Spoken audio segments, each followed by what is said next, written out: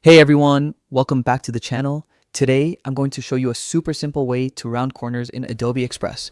Perfect for giving your designs a sleek, professional look. And trust me, it only takes a few clicks. First, open Adobe Express and hit the plus button to start a new project.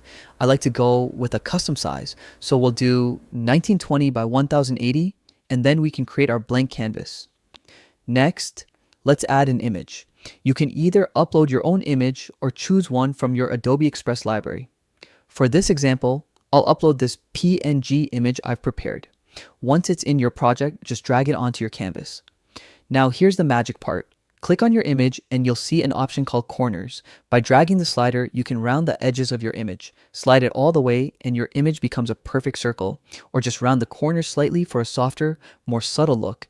It's completely up to you. And that's literally it.